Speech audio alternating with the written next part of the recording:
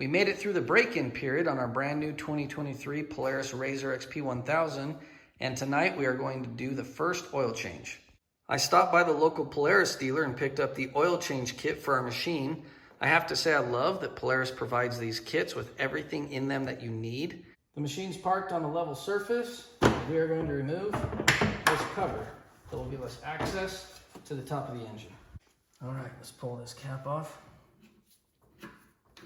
and set it aside. We're gonna go ahead and carefully clean up this sealing surface here so that when we go to put it back on, it's already clean.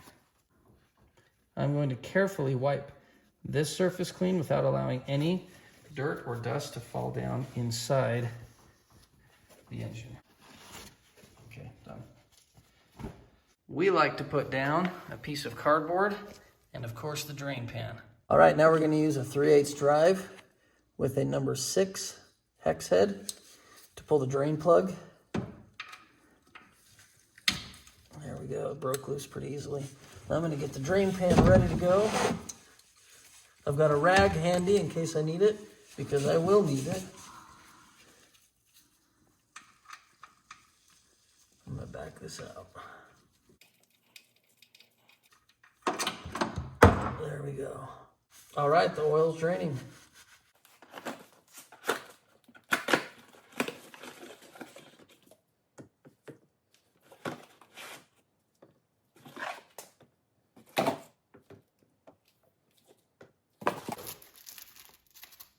I'm going to wipe things clean, including the sealing surface where the drain plug goes in.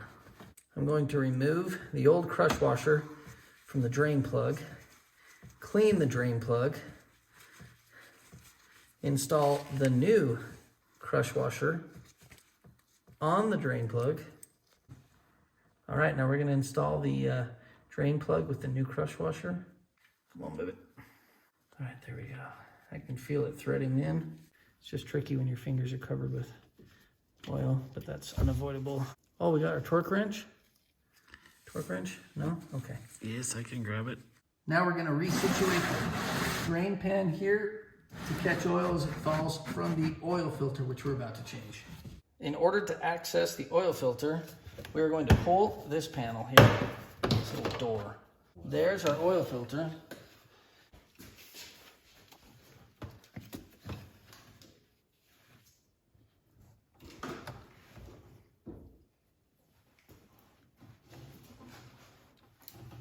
Wow, from the factory it was on nice and tight. Okay, now I'm going to take a rag. I'm going to set it down in here to catch some of the oil that's going to start to fall from this filter. This is just one of those practices you pick up from doing this sort of thing for a while. All right, here we go. We're going to pull that filter off. And as soon as I can, I'm going to try to set it upright so that it makes less of a mess. Okay, I've got it upright, coming out. All right, I'm gonna go ahead and pull this out. I've got a fresh rag and I'm gonna wipe up some of the oil that inevitably spills down here. With a clean portion of the rag, we need to clean the sealing surface here inside of where this filter, new filter, is going to mount up. We are very carefully going to clean.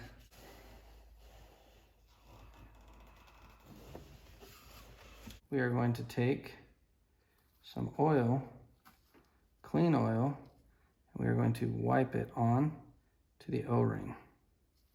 Now it's ready to install. Now we are going to install the new oil filter, and we are going to get it to start threading. Okay, there we go. And we're going to thread it on by hand, as tight as we can, by hand. And then we're going to take the band wrench and we are going to tighten it another 3/4 of a turn visually. It's kind of tricky, but it can be done.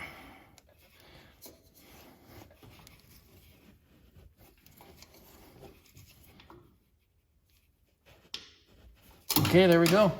We're going to put the access cover, door, panel, whatever it may be called, back in place. Good to go. The owner's manual calls for 2.5 quarts of this oil with an oil change, and that's exactly what the kit comes with. So now we're gonna pour it in using a clean funnel. Now we're gonna replace the cap. When I say replace, I mean we're going to screw it back in to its rightful home. Now from experience, we are confident that the machine will have the correct amount of oil in it. So now we are going to reinstall this cover, maybe. There we go. Or the engine, and we will only remove it if we need to in order to add more oil to it, but we're confident we won't have to. So now we need to start the machine and run it for 30 seconds per the owner's manual. All right, we opened up the garage so that it's ventilated. We're gonna start the machine and let it idle for 30 seconds, and then we'll shut it off. We'll let it sit for 15 seconds and check the oil level.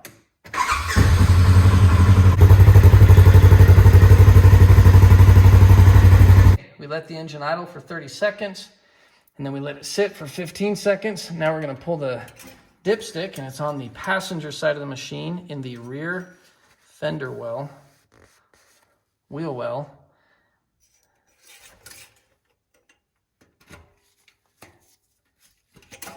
And let's see how our level looks.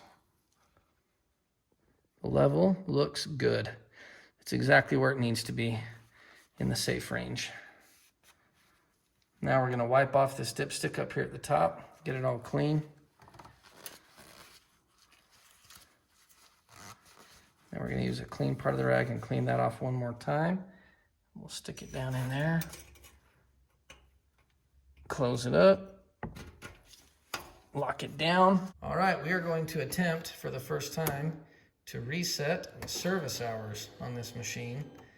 And because we would consider our use what they call severe duty, because we're using the way it's advertised to be used, we are going to set the service hours to 25 and not to 50. Okay, it says service hours 25, and then it says like hold to save or reset. Okay, looks like it's been reset. Just to double check, we'll get in here. Let's see, options, all kinds of stuff. There we go, service hours. And then it made it sound like you could do that. You can see that's how you can change it. You select mode, that will let you do what you need to do there. So now, again, we're gonna select 25. We're gonna hold it down. It said to hold it down and it would reset it. So it looks like we're good to go. Service hours have been reset. The machine is fully serviced as far as the oil change is concerned.